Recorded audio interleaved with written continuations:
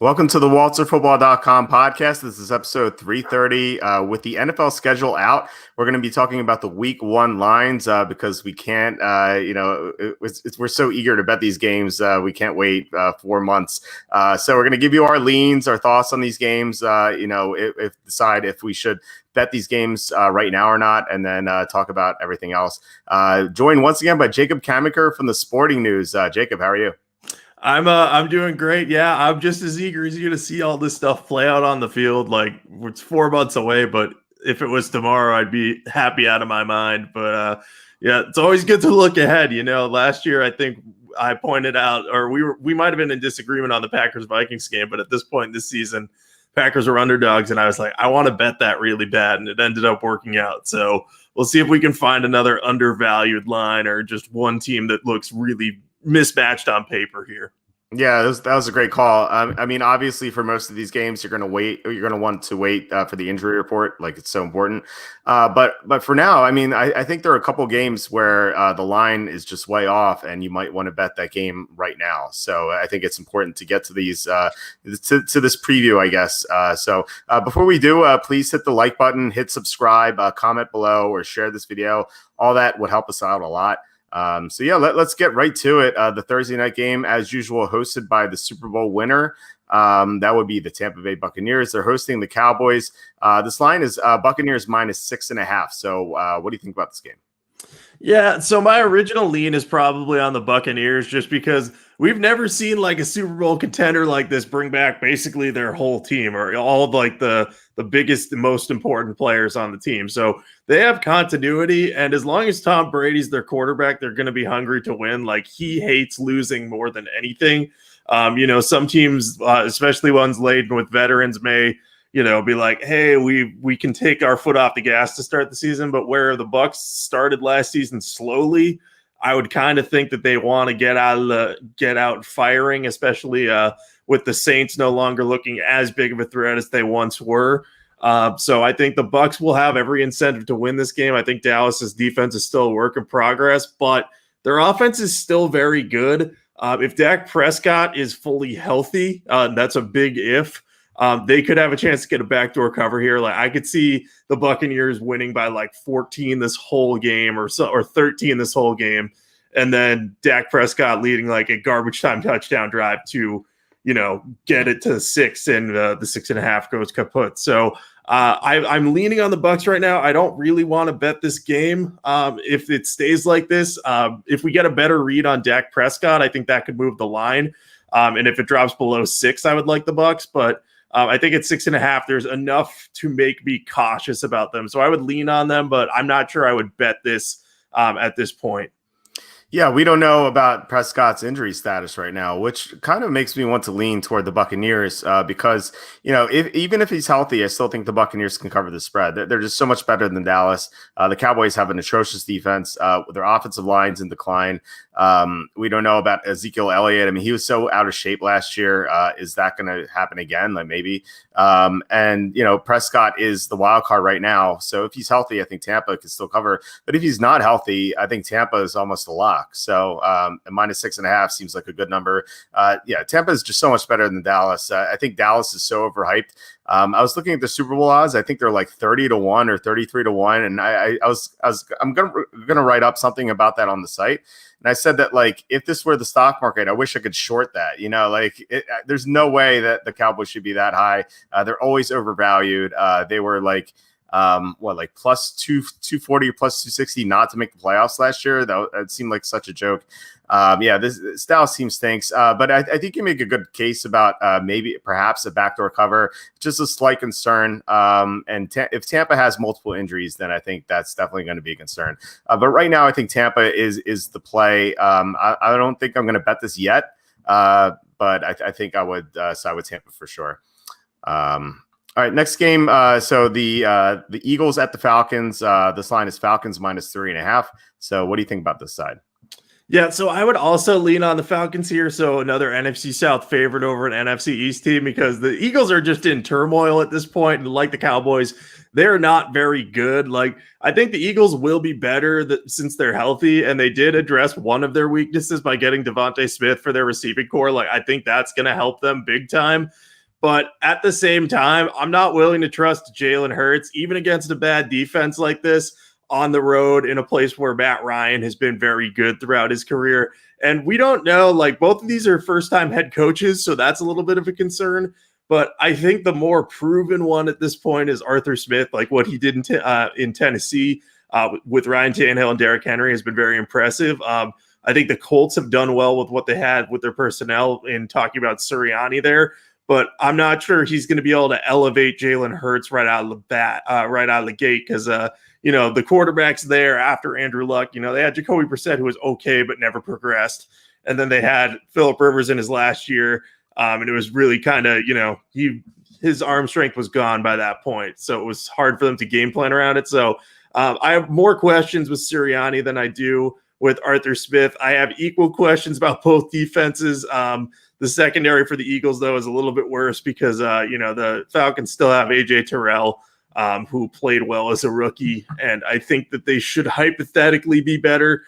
So I'm leaning on the Falcons here, but I don't like this because at 3.5, I'm slightly worried that, Jalen Hurts, if he has a good running game on that defense, he could possibly get the Eagles up and make Matt Ryan have to make a comeback. And I've just been burned by the Falcons early in the season the last couple of years, so extra apprehensive there, but I'm hoping that was the Dan Quinn effect, and with him gone, that won't be a problem. But the lean's on the Falcons here, but this is what I'm not looking to bet until much closer to the date. So I updated my power rankings, and I have both these teams in the bottom 5. So why is one of these teams favored by 3.5 over the other? I feel like they're closer, and I think that the most likely result of this game is Atlanta winning by 3. So I would take the Eagles, but I'm not really dying to do so. I don't want to bet on a terrible team, to start the season. Perhaps one of these teams is better than I think, and maybe it's Atlanta. But I don't like either team. I think both these teams have major liabilities. I mean, Atlanta's defense is going to be so bad this year. So I think the Eagles should be able to score even if it's Jalen Hurts. I think they'll be able to score some points, and like you said, maybe they get out ahead with Jalen Hurts and Matt Ryan has a comeback. But the Atlanta offense is going to be great. The Eagles defense got better with Ryan Kerrigan. I would like that signing if the Eagles had some hope of getting to the playoffs, but they don't. But yeah, it's still going to make the Eagles defense a little bit better. They still have some major flaws in the linebacking core, which Kyle Pitts should be able to exploit. But yeah, I think this is going to be a close game. I'm not going to die to bet either side. Maybe some injuries will help me decide this closer to September. But right now, I'm not going to bet either team. Do you think I'm way too low on Atlanta? Because I think that might be the case, and that might be throwing me off. I don't think you're way too low on them. I think you're probably a little lower than I would be on them, but I still think Atlanta's a below average team. I don't think they have any delusions of challenging for a playoff spot just yet because that defensive back 7 is still weak. I like that they added Richie Grant. He should be a good safety for them. I think that'll help them out, but they still just have too many holes on that side of the ball to compete. I think you're going to see in games where they're playing against really good teams, I think they're going to be a good bet in that one, because if they get into a shootout, then Matt Ryan can backdoor cover. But as favorites, I can get why you're apprehensive about it. My only logic is I just don't trust the Eagles right now. And the other thing, in my head, I'm just thinking about last year when their entire offensive line got hurt basically before the season started. If they don't suffer as many injuries up front, then maybe I'll have a different opinion on this game. But I think in the back of my mind, my brain is okay, yeah, the Eagles are probably not going to be at full strength on that line because there've just been so many injuries there. But I don't think you're absurdly low on Atlanta, though. So I don't think that's skewing your perception here. I think it's you're just slightly lower than others might be. Okay. Yeah, I might be. I guess we'll see. I think if the Eagles have those same offensive line injuries, then yeah, I'd definitely be on Atlanta. And what's weird is if this line were -3, I would be on Atlanta. That's how close this is for me. So it's not a strong conviction. I think you sound more confident in what you're saying. Patrick says, thanks for the cool summer recommendation. Great show. Yeah, I talked about that last week with Kenny. It's the show on Hulu. It's a very good show. I'd definitely recommend it. All right, next game. This one is between two of the better teams, maybe. The Steelers at the Bills.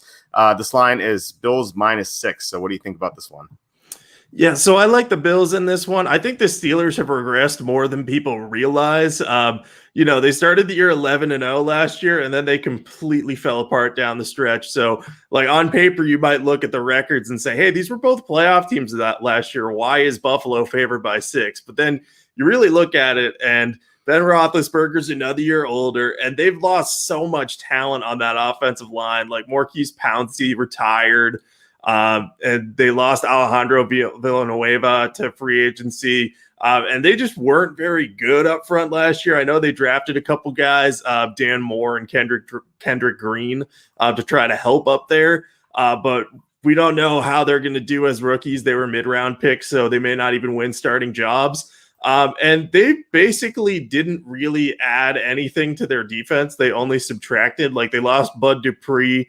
I think they let Steven Nelson go for salary cap reasons. So they've regressed a bit on defense. They're still very strong there, but I think the Bills have done a better job of improving their roster. And we saw that the Bills are one of the better teams in the AFC last year. Josh Allen should only continue to get better. I think it's going to be a tough test for him playing that good of a defense, but we saw Pittsburgh play against Buffalo defense last year, and it wasn't pretty. And with a worse offensive line, granted, with Pat Freiermuth and Najee Harris in tow, should have better weapons. But with a worse offensive line, I just think that the Bills are the better side here. I'm not super happy about the number at -6, but I will take a chance on it because teams with big offensive line changes often regress. So the Steelers could be in for a regression there. Yeah, they also lost Matt Filer on the offensive line. They also lost Mike Hilton in the secondary. Just a lot of changes on this team on both sides of the ball. And the offensive line thing is huge. The Bills have worked hard to improve their pass rush. I think it'll be better this year.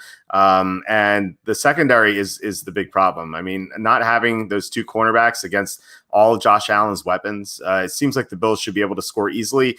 And I think you make a good point about Roethlisberger being in another year.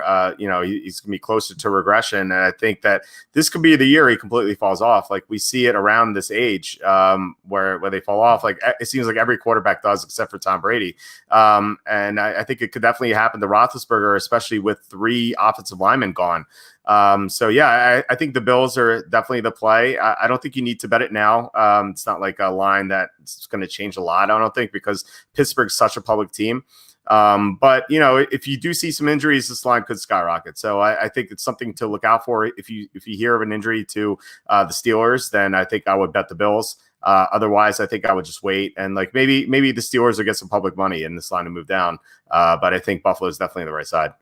Yeah, if we could get this down to 5.5, I think that would be a really nice value here. And I can see it happening if, the Steelers, if Ben Roethlisberger, he always gets good press during the offseason of he's coming back, he's looking good still. That's probably going to happen. That happens with a lot of quarterbacks, but especially Ben Roethlisberger. So if that happens, people look at the weapons he has and say, oh, he's going to have a great year, and they'll forget about the offensive line because that's always what happens. Take advantage of teams that have offensive line changes in week 1 because the public usually is slower to shift on teams that have good offensive lines. Also, I'm looking at the Bills depth chart right now on ourlads.com, and they have Carlos Basham, and they have a nickname listed next to his name, and I've never seen them do that before. They have Carlos, quotes, Boogie Basham, and I'm very happy to see that because I think that's a great name, Boogie Basham. But that caught me off guard, but I'm happy about it. That's awesome. Maybe this is Dan Shanka who runs our lads. Maybe he's a Bills fan.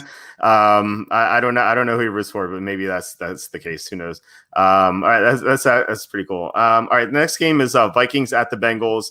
This line was Vikings -2.5 when I put it on the site, and it's moved to 3. So the Vikings are getting some money. So who do you like in this game?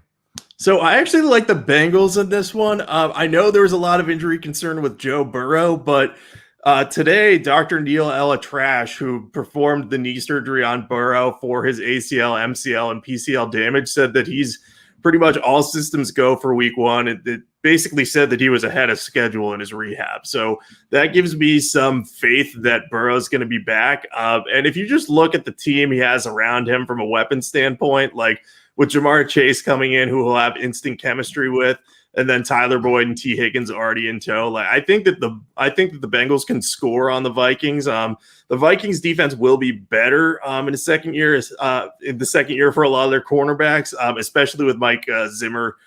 He's a great coach. He just didn't have an offseason last year, and that really hurt those young cornerbacks. But I think Burrow's going to find a way to keep the Bengals in this game and keep it close.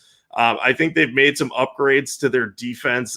They lost William Jackson III, which will hurt, but I think they did a good job of adding just some other talents. Like they scooped up Larry Ogunjobi. They replaced Carl Lawson with Trey Hendrickson, which should pan out okay. So I just look at these teams, and I think the Vikings are better, but the Bengals as 3-point home dogs, I kind of like that. Now I don't have any delusions of betting this until I'm sure that Joe Burrow is going to be on the field. And if there's any like inkling of him, like, oh, maybe he's not 100%, then I'll probably flip my pick. But if Burrow is okay, like his doctor is saying, then I like the value of getting the Bengals as 3-point home dogs. So I would take them now, but I have no interest betting this game until I know what's exactly up with Joe Burrow. So you don't want to bet Brandon Allen at +3? No. Yeah, I don't blame you there. I would wait on this one as well. So when this was +2.5, I had two concerns with the Bengals. One was the Joe Burrow thing, which you addressed. The other thing was Mike Zimmer coming off extra time to prepare. He's a very good coach, and that gives him a nice advantage, I think. But with this line moving to +3, I think that it becomes much more difficult to handicap for me. Like I would have liked Minnesota -2.5 before. -3 is it changes things a lot, because I think the Vikings winning by 3 is one of the most likely results of this game, and getting +3 with the home dog is, especially if Burrow's healthy, that seems more appealing to me. So right now, I think with hearing that about Burrow and this line move, I think I would take Cincinnati +3. But like you said, I think it's better to wait, because you don't want to get stuck with betting Brandon Allen +3, because if Allen's named the starter, this line's probably going to be like 6.5 or 7. Yeah, and the other thing is, like, Cincinnati still doesn't have a great offensive line. Like, they drafted 3 guys in a strong offensive line class, so you have to hope that's going to help them. But if Joe Burrow is 100%, but is like still not, or maybe not, that's an incorrect way to phrase it. Maybe Joe Burrow's fully healthy, but doesn't have the mobility skills quite there yet. Then you're going to want his offensive line to be good. And if, say, Jackson Carman and Deontay Smith aren't quite ready for prime time or ready for action, then that could influence this too. But yeah, I think we're on the same page here. It definitely looks appealing if Burrow plays, but if it's Brandon Allen and you get stuck with +3, you're definitely not going to be happy. So don't bet this quite yet. Yeah, not a good start to the season if you're forced to bet on Brandon Allen. Andrew asks, why are you so confident about Rodgers just going to play for Denver next year? So this will play into one of the future games. The trade could happen, but it's not like it hasn't happened yet, and you're acting like it has. So Denver was going to draft Justin Fields at number 9, and then the Aaron Rodgers story broke, and they altered their draft plans on the spot. And so they didn't draft a quarterback at all, like they were going to. So they're confident that they could trade for Rodgers, and it's definitely not 100% to happen. Other things could happen. Rodgers could even go to Las Vegas. I think Bill Williamson published an article today saying that he thinks Rodgers is going to go to the Raiders. But I think that the Broncos are the favorites to get Rodgers. I feel like he's going to go somewhere, just because that relationship's so fractured. So I think it's I'm not assuming it, but I think it's the most likely scenario. What do you think?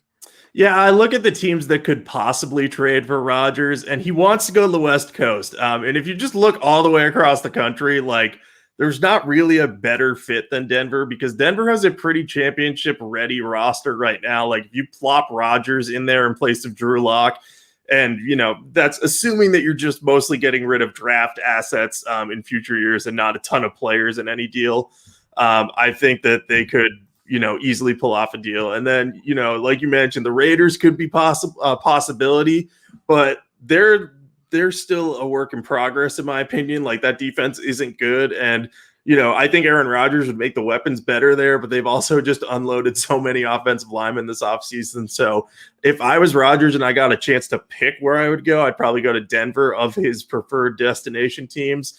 But really, Denver's just one of a few teams that could do it. Like, Denver needs a quarterback. The Raiders could get an upgrade. but like they may not be able to swing it. And then you look at other teams across the league that either need a quarterback or could make a trade, and you're like, maybe Washington could pull it off, but then you'd have to convince Rodgers to go to the East Coast. So there's a lot of factors in play there. But I think what it boils down to for Denver is that it's the best marriage for Rodgers of going closer to the West Coast and going to a team that's ready to win now. Maybe prefers Vegas, but I think that Denver and Vegas would be the two teams that could pull a deal for him. Yeah, I think so. This question about division concern for Rodgers going to the AFC West. Yeah, you have to battle Patrick Mahomes twice and Justin Herbert, who's getting better twice. But I think with 3 wildcard teams in each conference, I think that's less of a concern. Plus, there's 17 games, so each divisional game is a little bit less meaningful right now. So I don't think it's that big of a deal. I think Rodgers thinks that he might win a Super Bowl in Denver, which I think is definitely the case. And yeah, I mean, we're both saying that it's not 100%, but both of us bet the Broncos to win the Super Bowl. I think you had 50-1, and I got 30-1. So, it's not a guarantee, like I said, but I think there's a decent chance that he goes there. And I feel like he's going to be traded. And I think Denver's the favorite. So, yeah.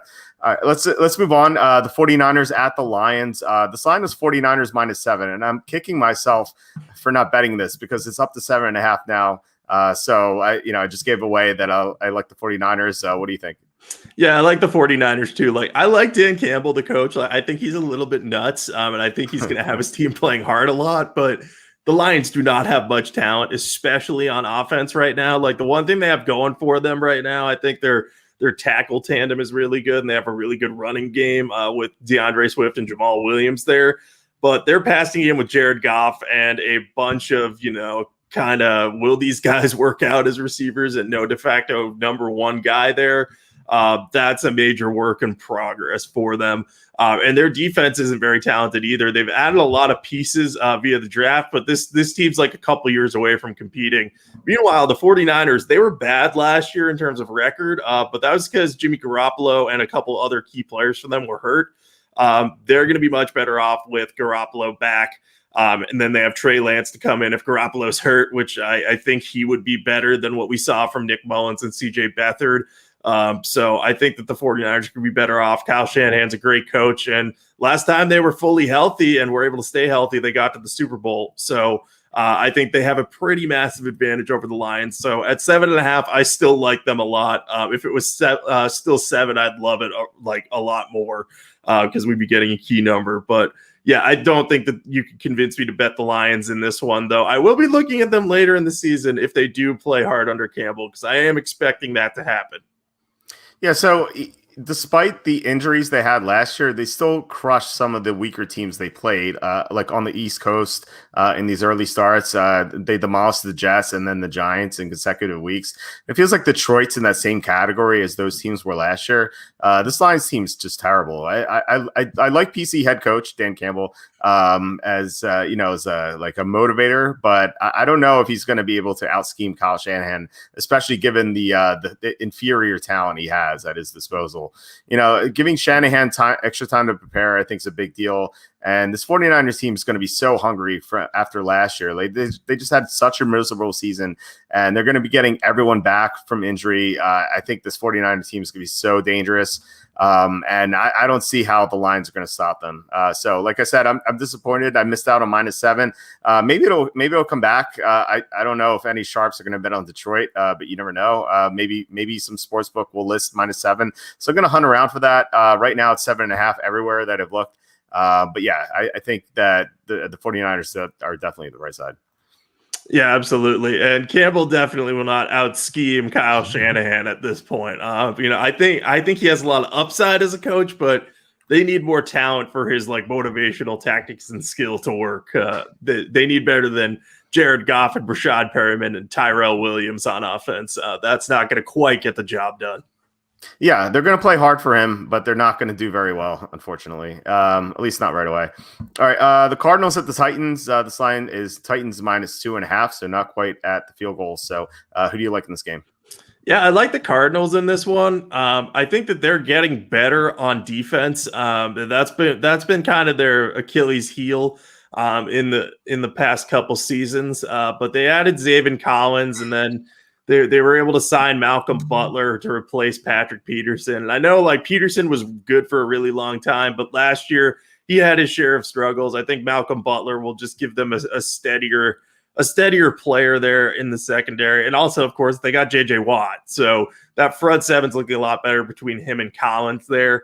And then on offense, they added Rodney Hudson. They traded for Rodney Hudson. That's going to be huge for their offensive line. Kyler Murray has been protected maybe decently at best, but now with one of the best centers in football there, he should be better off, and that should negate any pass rush pressure that the Titans have, which, spoiler alert, is not much. And Kyler Murray is going to be fully healthy. Like, he wasn't fully healthy at the end of last year while he was dealing with some injuries that he suffered late in the year.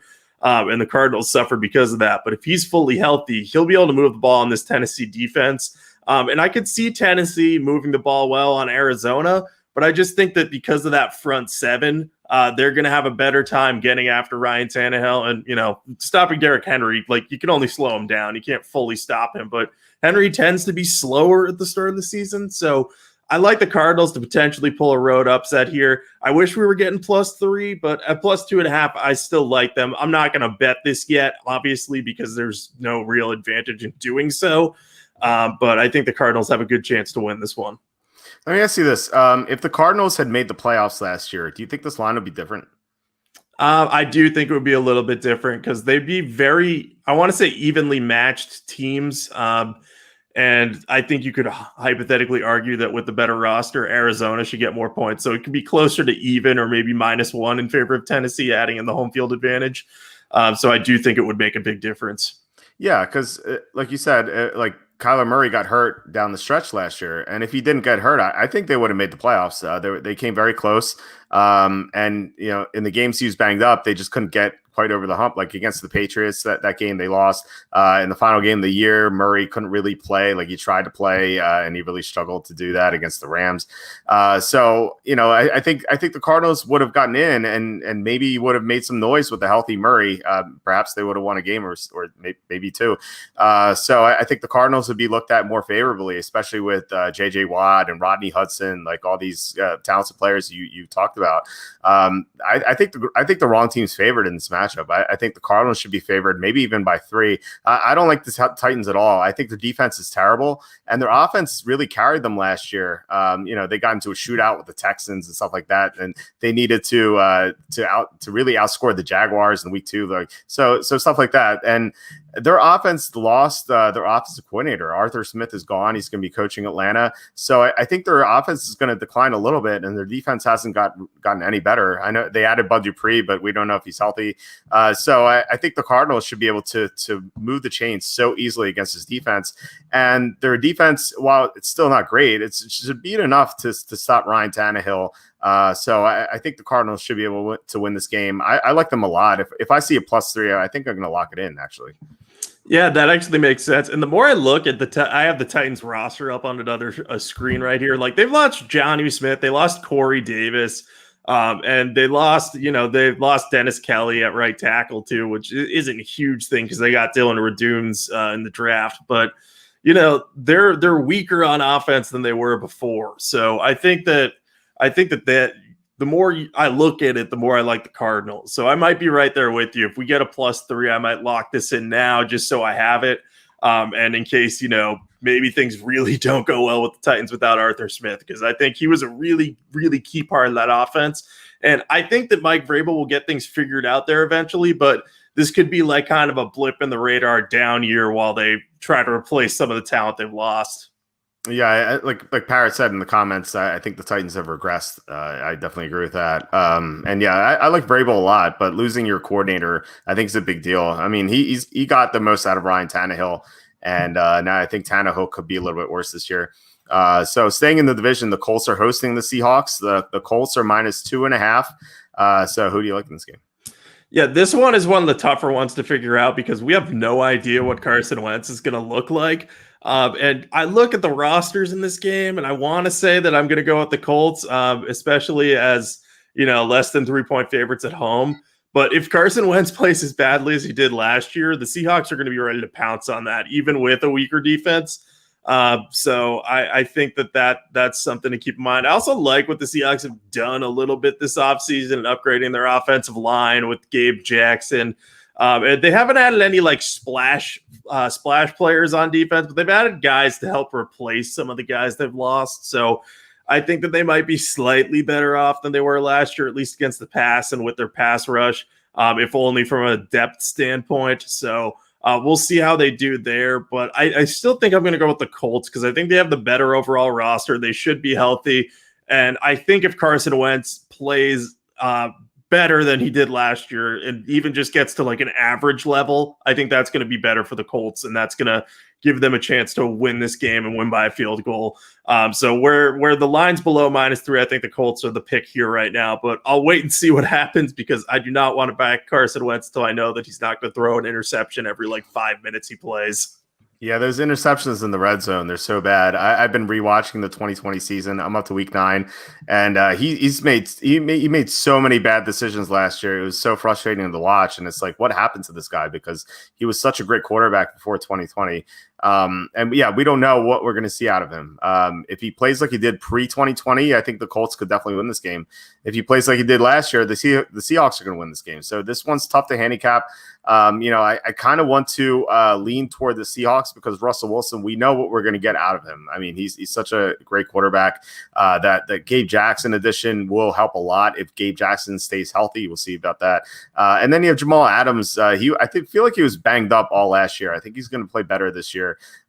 So I think I'm leaning towards Seattle right now. But I'm not going to be betting this game anytime soon. The only way I bet this game come week 1 is if we have significant injuries on either side.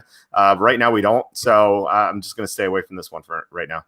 Yeah, I think that's fair for sure because even if Carson Wentz is playing his best, Russell Wilson's still the better quarterback. So that gives the Seahawks a chance to win every week, no matter how bad the rest of the team is around him. And I think their offense is going to be better. It's a matter of whether the replacements they have on defense will work. I think it does. I think it's going to be solid. I don't think it's going to be great. But I think they could have a classic, like people look at defense on paper and say, oh, this isn't that great. Like this isn't going to be very good. And then it turns out to be like good enough to carry the team. Like last year, they kind of had the opposite of that. They had a lot of like, oh, they have all these guys and they're like are ranked dead last against the pass. What's happening here? So we'll see what happens there. But the Seahawks are one of the teams that I'm having trouble getting a full read on. And they're playing a team where we don't have a read on the quarterback. So that's kind of a tough matchup overall. Yeah, they had a ton of injuries in the secondary. So, yeah, they were so bad against the pass. Andrew says Seahawks, I think, will fall off a cliff this year and go either 7-10 or 6-11. I would not bet against Russell Wilson that way. Like, I feel like he's going to carry them to at least a 500 record, maybe 9-8, 10-7. Yeah, I agree that they're not as good. Although, if Gabe Jackson stays healthy, maybe their offensive line will hold up. I think the defense is going to be bad. But I think Russell Wilson could carry them to a plus 500 record, although that division is tough. All right. Chargers at the Redskins. The Redskins were favored by 1.5 when this line was open. And now the Chargers are favored by 1. So who do you like in this game? So I like Washington here.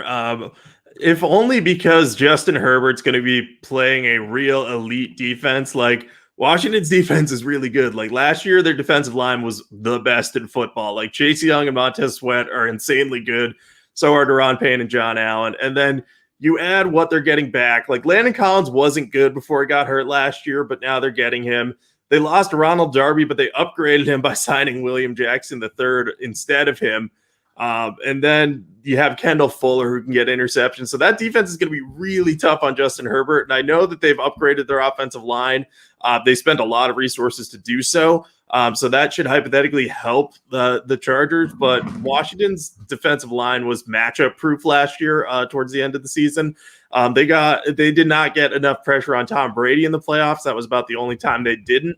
But other than that, they were getting pressure left and right. And that's why they made the playoffs. So I think you just look at the Chargers defense. It's still not that great. They've lost Casey Hayward too, and replaced him with Asante Samuel Jr., which could work out long-term, but I don't know if I'm willing to trust that yet. I know Ryan Fitzpatrick can implode at any time. So it's a little scary, but he tends to do well in season openers and to start the season when he's a starting quarterback. So I'm willing to roll with Washington here, especially as home underdogs. I just don't understand why the line has moved so much. The only thing of note that's happened for Washington is that they're probably going to trade Morgan Moses. Like, that rumor came out today, though, and I don't think that would swing a line by 3 points. So I like Washington here. I like both of these teams a lot, though, so I don't like they're facing off in week 1. Yeah, I already like the Redskins, so this line move makes it more enticing. It's not a key number or anything. So if we were to get +3, I think I would lock that in. So a couple of things. One, you have as you said, the Washington defensive line. I feel like the Chargers won't be able to stop them. They still have a liability in some spots on the offensive line, even though they upgraded some areas. So I think that might be an issue for Justin Herbert. Herbert lost Hunter Henry this offseason, so that's so one intermediate target that he won't be able to rely on. But the big thing is that the Chargers have a new head coach, and the Redskins have Ron Rivera coming back, and having a veteran head coach in an offseason, this is going to be another offseason where they're going to miss practices. It's not going to be like last year or anything, but it's still going to be substantial, where a new head coach, I feel like, is going to be at a disadvantage in week 1. So I think with Rivera's experience, that would lead me to believe that the Redskins are going to win this game.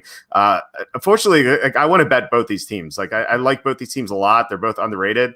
It's a shame that they're both playing each other in week 1. So maybe I feel like the team that loses this game is going to be a nice team to bet on in coming weeks. But I think that the Redskins are going to win this game.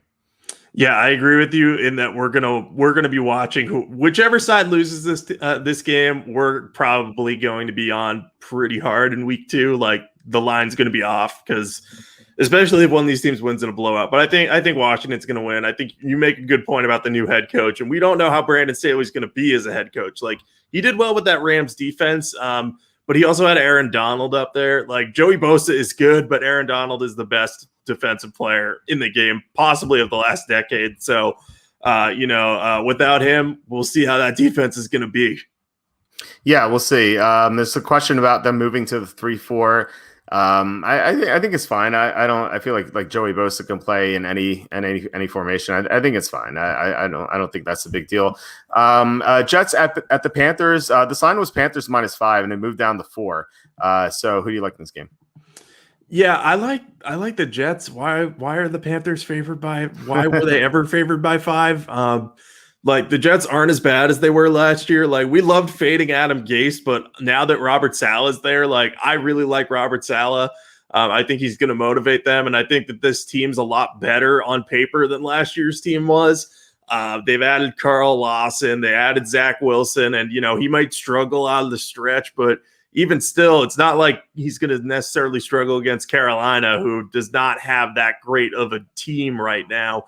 Their defense is still a work in progress. That offensive line's looking better. Mekhi Becton was good last year. They drafted Elijah Vera Tucker. They added some receiving talent. So I really like what the Jets have done in terms of personnel. I just think that the Panthers are being really overrated in this matchup. Like, maybe Sam Darnold will be better, and maybe in a revenge game he'll want to just stick it to the Jets, but at the same time, Adam Gase isn't there anymore. So is he really going to stick it to a new regime that was like, we're going to move on from you and try to help you and get you a fresh start somewhere else? Because we probably weren't going to pick up your 5th-year option that was worth a ton of money. So now you got that in Carolina in all likelihood. So yeah, I don't see that revenge angle being a big deal. And as much as I like what the Panthers have done in the draft, I like the JC Horn pick a lot, not just because I profited off of it a lot, but because I think he's a good player and a good fit for that defense and exactly what they needed to replace James Bradbury. They're still a work in progress overall. So I think that the Jets will find a way to move the ball. So I like them as road dogs here, especially if we're getting more than 3 points, because this could easily be just decided by an extra point or a field goal, and I think the Jets could easily win it. Yeah, they could. I have a tough time handicapping this game. This kind of reminds me of the Colts game where we don't know how the quarterback will play for the home team. So Sam Darnold was just awful in his final 2 years with the Jets. But he won't be coached by Adam Gase anymore. He's going to be coached by Joe Brady and the Panthers staff, and I feel like he's going to be a lot better. And yeah, it's easy to dismiss him. But then again, if you think about it, like we all dismissed Ryan Tannehill when he was done with Miami. He goes to Tennessee and he plays a lot better now that he's not coached by Adam Gase. Devontae Parker was a first-round bust. Like everyone thought he was a terrible player. Adam Gase leaves and he becomes almost a Pro Bowler. Like, so could Sam Darnold turn his career around and have a great year with Joe Brady? Like, I could definitely see that happening. The Panthers only had Christian McCaffrey for 3 or 4 games last year. He's going to be back. Their defense is going to be better. Those defensive players, every single pick they drafted in 2020, all those guys will have more experience. JC Horn will be there to improve the secondary. So I think the Panthers are a little undervalued. But then again, the Jets are undervalued too because they're going to be better without Gase there. But then again, this is Robert Saleh's first game. That could hurt him. If Saleh had more experience, I think I'd definitely be on the Jets because I think these teams are closer than what people believe, or at least what this line says. But given this is Saleh's first game, that would lead me to take the Panthers. But then again, we don't know how Sam Darnold is going to play. So it's a lot of questions here. I want to see how these teams play. Unless there are major injuries on one side or the other, I'm not going to bet this game. I'm just going to be curious to see what happens. Yeah, I definitely think the Panthers are going to be better this upcoming year, especially on defense as those guys grow. I think they found some good players. I think their defensive line with Derek Brown, Bravion Roy, and Yetur Gross-Matos, I think all those guys, along with Brian Burns, probably going to be the strength of that defense.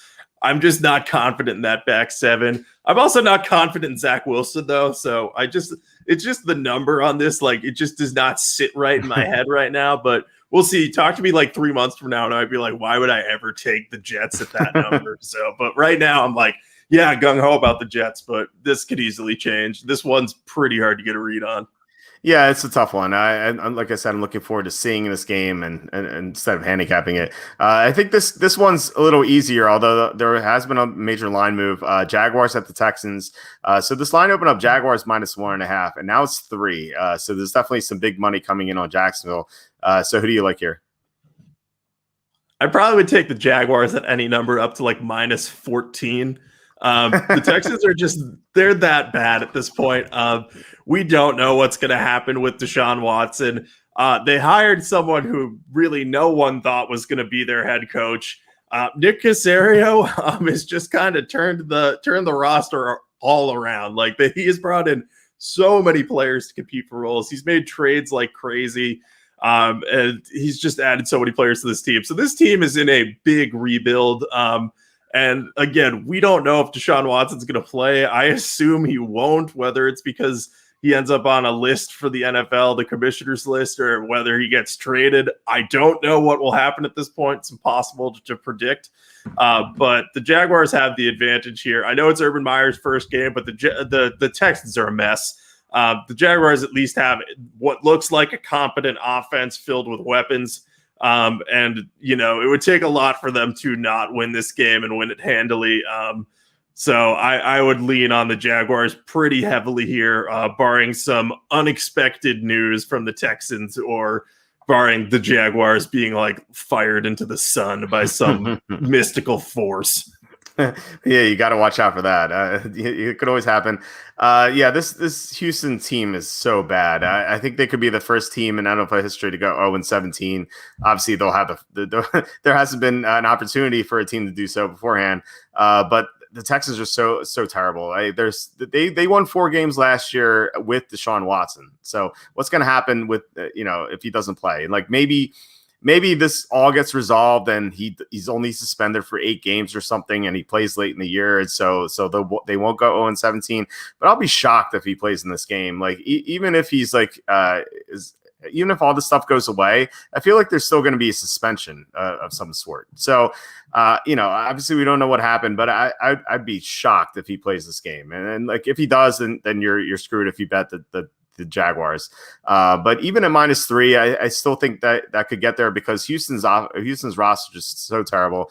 Their defense won't be able to stop anyone. Their offensive line won't block anyone. The running backs are David Johnson, Mark Ingram, and maybe Philip Lindsay could take that job, but it's so bad. Will Fuller's gone.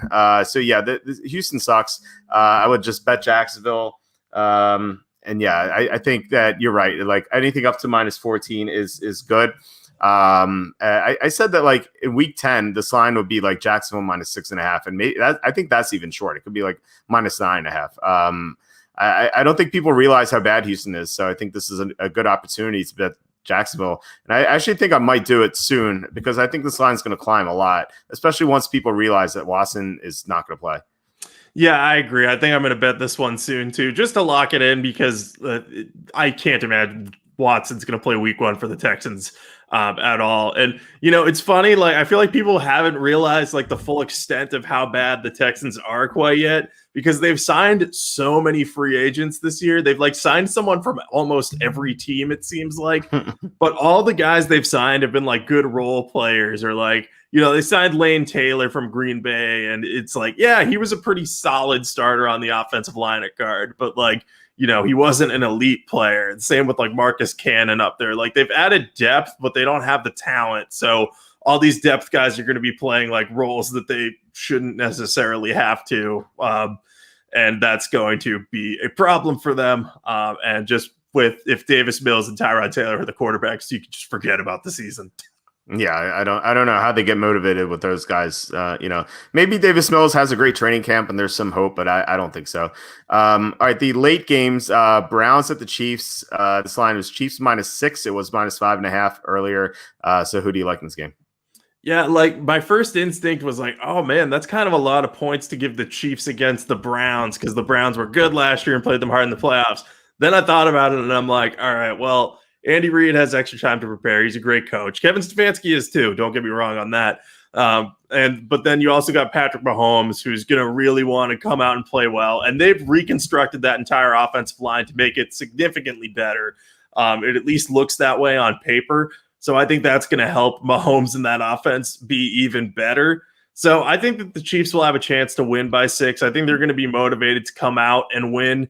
The last time we saw them, they were getting their butt kicked in the Super Bowl by Tampa Bay. Like that game was not close, no part of it. And it really wasn't even Mahomes' fault. Like he made a bunch of plays that no other quarterback could make. They just didn't go anywhere because he's literally throwing from like a degree where he was parallel to the ground and almost completing passes. It was absolutely ridiculous what he went through.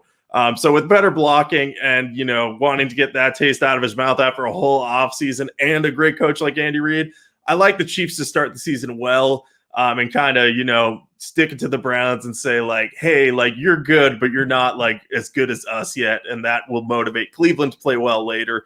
But I like the Chiefs at -6 there, even though I like the Browns as a team. Yeah, giving Andy Reid extra time to prepare is it's a huge advantage for him. So I think that is one of the reasons why you should like the Chiefs. And like you said, Mahomes is going to be motivated. The last time we saw him play, he was getting humiliated. Not him himself, but basically his whole team, and he suffered that huge blowout loss. And Mahomes he always has a big chip on his shoulder, even though he's won a Super Bowl and he's been MVP. He was. I remember this last year, like ahead of Week 8 against the Jets. He was asked in a press conference. He's like, someone asked, "Oh, did you think the Jets were going to draft you?" And he said, "Yeah, I thought the Jets were going to draft me." And he looked so mad. And then he went out against the winless Jets and was pissed off and had a great game. Like if he's going to be motivated to play the crappy Jets, like what's he going to be like in this game after like hearing how his team was blown out in the Super Bowl? I can't imagine the Chiefs not winning this game by double digits. I feel like Kansas City will do so. I like the Browns this year. Like, don't get me wrong. I think they're going to have a good chance to make a deep run into the playoffs. But you giving Andy Reid extra time and giving Mahomes extra motivation, I think that's a recipe for disaster for Cleveland.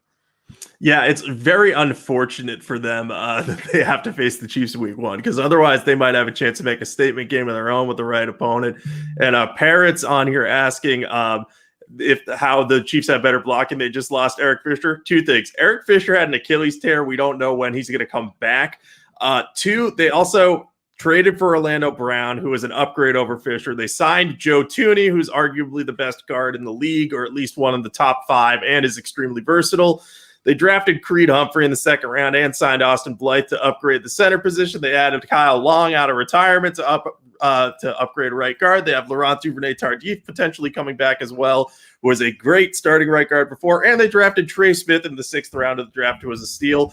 So they've added depth and talent up front. So that's why I think their blocking is going to be better. And we saw it in that Super Bowl. I know Eric Fisher and Mitchell Schwartz didn't play in that game, but they needed depth and talent, and they most certainly got it. So credit to their front office for, knowing what they needed and going out and getting it. Yeah, for sure. I mean, their offensive line is going to be one of the best this year. And I think that their win total, I didn't look at the win totals yet, but I'll definitely be on the Chiefs no matter what it is. I feel like Andy Reid always goes over the total, and with one of the best offensive lines in the NFL now, I think the Chiefs are going to be a lock unless there are some major injuries again. So we'll talk about that in a future episode. I think next week we'll do Super Bowl odds again now that the draft's over and the schedule has been released, and then 2 weeks from now we'll do our favorite picks for the win total. So the Chiefs, spoiler alert, they will be one of my picks for their over. All right, next game, Dolphins at the Patriots. The Patriots are -2. So what do you think about this game?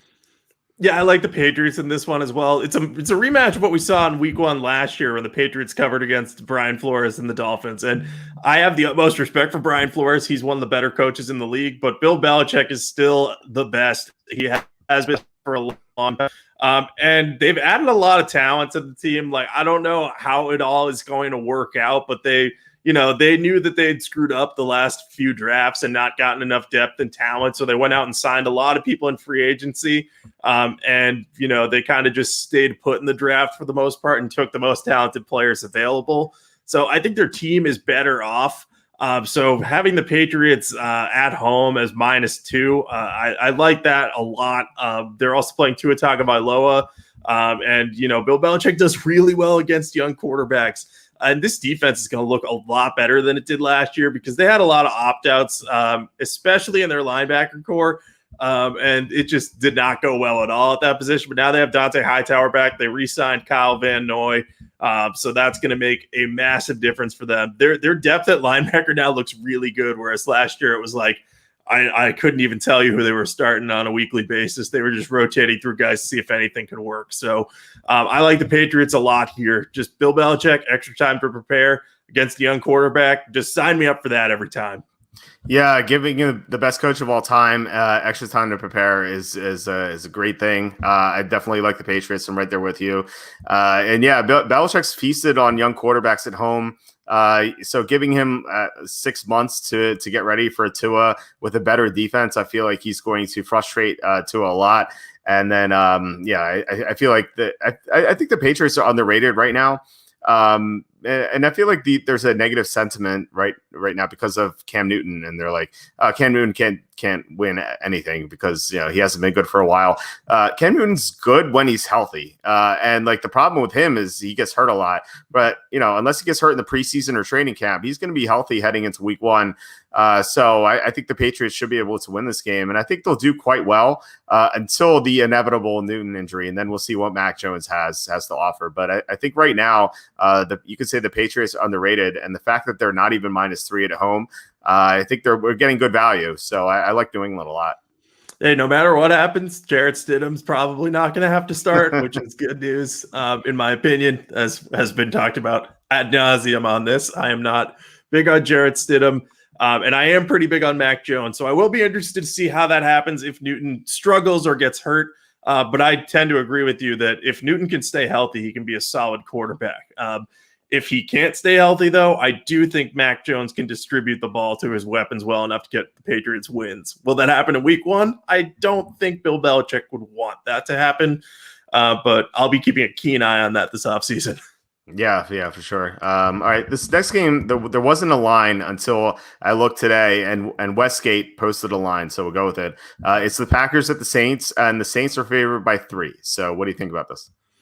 Yeah, I would not touch this because, I don't think Aaron Rodgers is going to be on the Packers. But like if he stayed, getting Packers +3 against the Saints with Aaron Rodgers as your quarterback against Taysom Hill and or Jameis Winston. I think you and I both think it's going to be Hill. Some people think it's going to be Winston. Maybe it's both. They could play both of them. They could try that. I don't know. But I think Rodgers would have the advantage there. But at the same time, if Rodgers is traded and we're watching Jordan Love play against, that team, I'm not nearly as excited about that possibility because I'm not sure that Jordan Love is ready. And given that the Green Bay front office wants to keep Aaron Rodgers and doesn't seem to think that Love is ready for the limelight, I think that's a red flag for me there. So I'm going to stay away from this until we know anything about the quarterback situation. If you had to make me pick one right now, I probably would bet the Packers, just because I would say, hey, if they keep Aaron Rodgers, that's a great line. But I'm not confident in either side on this game. These two teams are going to possibly be very different than what we've seen from them in the last 15 years. Yeah, I couldn't bet the Packers at all right now. If you were to tell me that 100%, you're 100% sure that Aaron Rodgers would be quarterbacking the Packers right now, then yeah, I would bet Green Bay because the Saints are going to be worse this year. Not because of Drew Brees, but because they lost several defensive starters. They had to let them go because of cap issues. So I think the Saints are going to regress this year.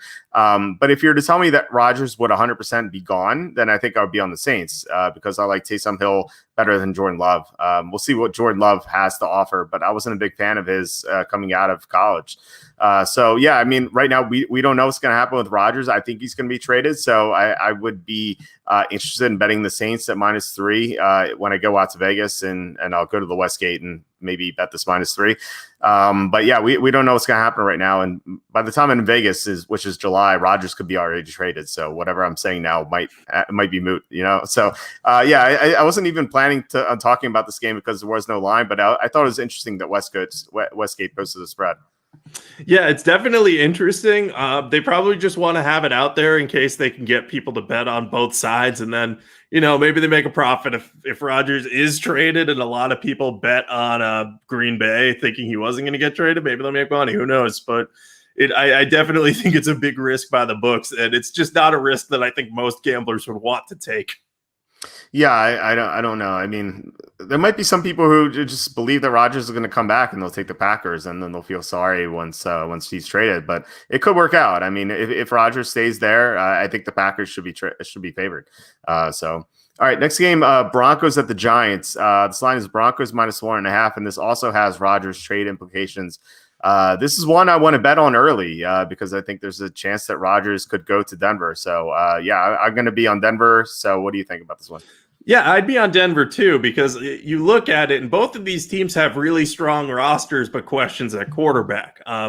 Daniel Jones did not make the leap forward last year that you and I thought he might be able to, maybe with a more full offseason in his third year and in his second year under Joe Judge's leadership, he'll get better, but we don't know if that'll happen. Same thing with Drew Lock going into his third season under Vic Fangio. He's looked good at times and terrible at others. But then you add in the fact that the Broncos might be able to trade for Rodgers. And even if they don't, they have Teddy Bridgewater, who just is very good at covering the spread and doesn't make mistakes when he's healthy and surrounded by talent. And I feel like there's enough talent in Denver that if he had to start over Lock, they could easily cover against the Giants in this game. So I'm going to be on the Broncos here. This is what I'm looking to bet soon because, as you mentioned, Rodgers can be traded at any time. And if he is traded to Denver, this line is going to look really, really appealing because with Rodgers in tow, Denver would instantly be a field goal road favorite, if not better. So, I like Denver a lot in this one either way because I think they can beat the Giants with or without Rodgers. Yeah, if Rodgers goes to Denver, I think there's going to be so much hype with this team. This line could be up to -6 or something like that. It could be crazy. But even at -1.5, if Bridgewater starts, I like Denver quite a bit. If you think about it this way, you have Vic Fangio and all of his defensive stars, including Von Miller, who's coming back from injury, versus Jason Garrett and Daniel Jones, who struggled last year. I think that seems like a no-brainer. This Denver roster is so good. they seem to have everything except for quarterback. And Bridgewater is not that bad, despite what he did to me in Week 17. I won't forget. I think that the Broncos are definitely better than the Giants.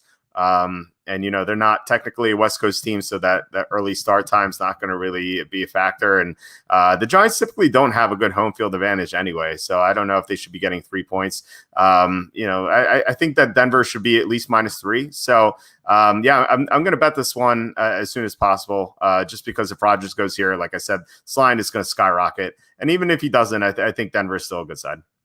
Yeah, and the one thing I'll look at, like if Rodgers doesn't go to Denver and Denver beats the Giants, I'll be wanting to probably be on the Giants in week 2 because I think they'll be undervalued because they have a good team. They just are unsettled at quarterback and their offensive line's a bit shaky. So 2 big red flags, but they have a lot of talent at other positions. So I think that they're not far off from being a pretty solid team. I think they could challenge for the NFC East title this year too. I mean, that's a good division, or not that they have any high level competition for in full, but I think that they're going to be better than people realize again.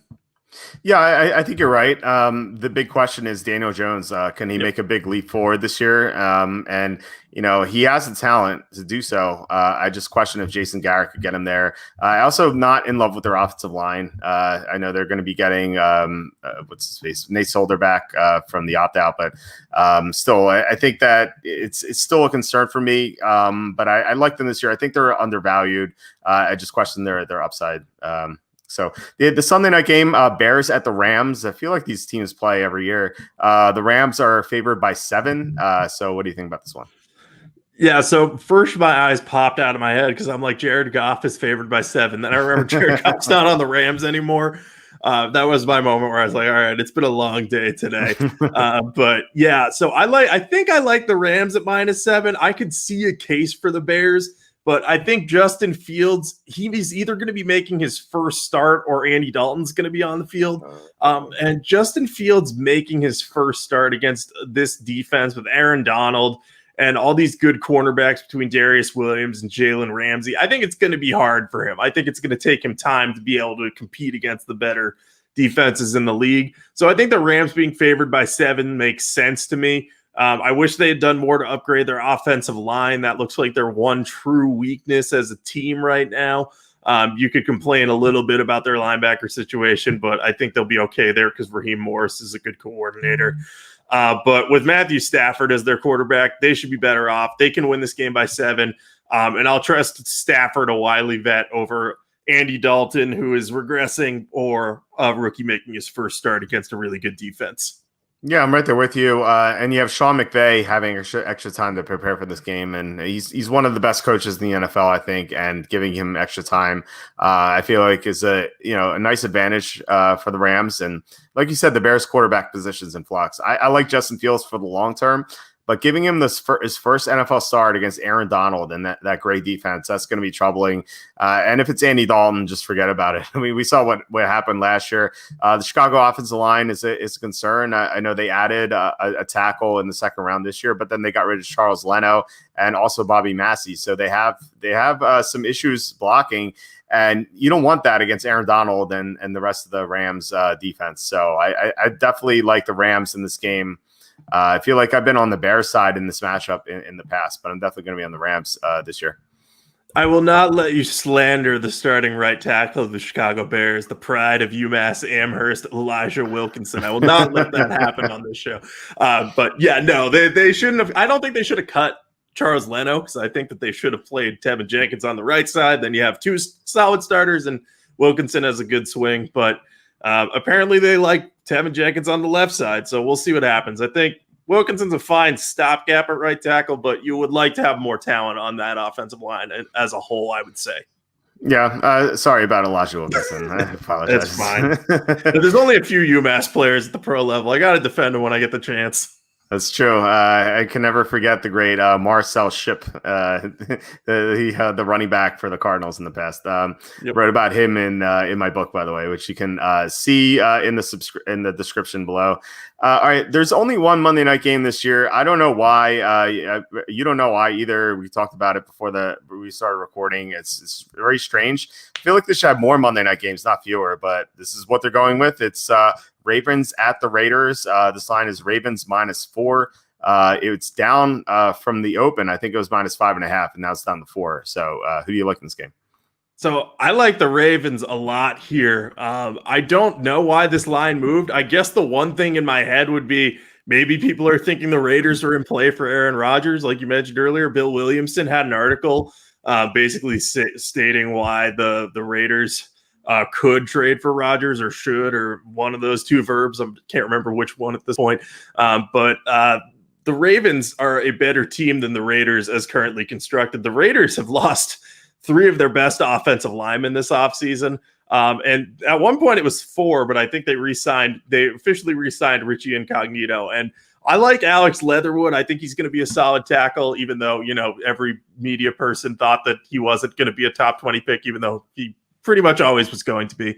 But I just think that downgrading Derek Carr's offensive line was a big mistake for that team, because you didn't really add much talent to the defense. You just kind of shifted gears on the offensive line and didn't do enough to add talent around Carr and improve that team as a whole. And meanwhile, the Ravens, they've actually upgraded their offensive line. They've done some good getting Alejandro Villanueva to replace Orlando Brown and getting Kevin Zeitler from the Giants. So those are two better players up there. They drafted Ben Cleveland in the 3rd round. Apparently he likes to eat squirrel. I found that out a few days ago. So if you need a useless fact, there you go.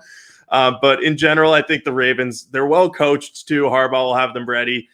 They've made a lot of good draft picks. I like their defense as a whole. And I just think that they're a better team. And the fact that this line's coming down is just surprising to me. I think that I don't think they'll blow out the Raiders, but I could see them winning this game by a touchdown pretty easily, because the Raiders defense is just not good. And they downgraded their offensive line, which is one of their big offensive strengths. So I don't like what the Raiders have done. I like what the Ravens have done enough. So I'm going to be on the Ravens here.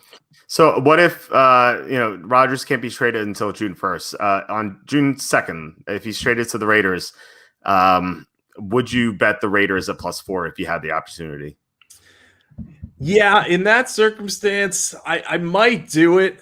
I think I probably would. I still wouldn't feel great about it though, because there just aren't a lot of, like, Rodgers doesn't have a lot of weapons in Green Bay right now. But I just think that, like, you look at what they have, it's like Henry Ruggs, Bryan Edwards, Hunter Renfrow, John Brown. None of those guys were as good as Devontae Adams. And granted, they have Darren Waller, who's better than Robert Tonyan, but Robert Tonyan was good last year at least. So I feel like the 1-2 punch with the Packers is somehow better than the 1-2 punch with the Raiders. So I think that Rodgers would upgrade them. Maybe at +4, I would take them, but I don't think there would be any guarantees, because this defense is worse than the Packers, I think. But, you can convince me either way. I like going with really good quarterbacks. So if I get Aaron Rodgers, I would take him most of the time, but I'm not sure. It would kind of remind me of last year in the opener when Tom Brady was an underdog to Drew Brees. And I forget what side you were on, but I was definitely on Tom Brady getting points. And it seemed great at the time. And then, it turned out that he just wasn't ready to play with these guys yet, because he hadn't gelled with them. It was a weird offseason. It's going to be the same thing as this offseason, except Rodgers won't be getting there until June. So he might have some difficulty gelling with the Raiders. Then he mentioned their offensive line difficulties, their defense. I thought about it, like, even at +4, I wouldn't go running to bet the Raiders. But for a fact that, like, if Rodgers gets to the Raiders, this line's going to go down, and the Raiders might even be favored just because of the Aaron Rodgers hype. So I think, like, either way, I'm going to be on the Ravens, either at -4 with Derek Carr starting, or at +1.5 to whatever if Aaron Rodgers gets there. Just because the Ravens, I feel like, are the better team overall. You mentioned their offensive line. Their defense is still very good. And Lamar Jackson is going to be coming off, kind of kind of a down year for him after winning the MVP. But so I think he might be motivated, and the offensive line will help him. And then you have John Harbaugh with extra time to prepare. I mean, look at how Harbaugh has done in week one, like his results. Like the Ravens always seem to blow out the competition in week one, and I think that'll be the case this year if Aaron Rodgers is not there. So yeah, I'm going to be on Baltimore for sure, but we'll see what happens. And I think the line move is definitely because of the Rodgers speculation. Yeah, that has to be it. Like, because I looked at it and I was like, I cannot believe this moved 1.5 points. But now it at least makes sense. But I think I'm right there with you. Like, as much as I like Rodgers, it is similar to the Breeze Brady game, and both of us were very much in on Brady in that game. And you know, they came up short because they hadn't gelled yet, like you said. So I could see that being an issue. And then if he goes to even if he goes to Denver, it could be maybe they don't gel right away, but the competition's easier against the Giants than the Ravens. So I think that's why the difference between the two teams you're betting. Yeah, for sure. Parrot's saying that the Raiders might have a step in getting Rodgers because it's reported that the Packers want a quarterback in return. So that if they like Carr more than Bridgewater, that's why the point move. I'm kind of unclear like why the Packers would want a quarterback in return. I mean, they apparently love or at least really like Jordan Love. And like, why would you want Derek Carr or Teddy Bridgewater when you have a young quarterback? Like, can't you just sign a veteran to go with Jordan Love? Like, I just don't understand that aspect of it. Like, I wouldn't want Derek Carr or Teddy Bridgewater in a trade. Well, they did sign Blake Bortles, so that's at least something. They did do that. So there you go. So what I'll say about that is, I think if they were to trade for one of those guys, I would be more willing to trade for Bridgewater because he's actually on a cheaper contract because of how much of the salary Carolina's paying. And then if Denver traded him, Denver would probably trade some or take on some of Bridgewater's salary to move him for Rodgers. So you'd get Bridgewater cheap, and then you could start him in front of Love if you don't think he's ready. Carr would obviously be a better player, but then you'd get less in return in terms of a package.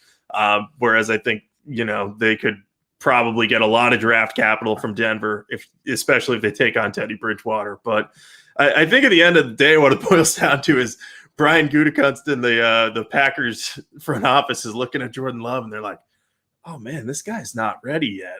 Oh, no, we're in trouble. We need someone here. And, you know, that's why they want a veteran quarterback, because they don't want to put Love out there when he's not ready, to which I say, then why'd you draft him in the first round when you had an MVP on your roster? But that's the situation they've found themselves in. So that's probably why they're saying they want a quarterback in any deal. But I agree with you. I wouldn't necessarily be going out of my way to do that. You got to see what you have in Love. And if you screwed up and you put him on the field and he's not ready, then you got to just say, all right, we'll give him maybe one more year. And if that doesn't work, we got to find a new guy. Well, but at that point, they may no longer be in their position. So it's kind of a catch-22 for them.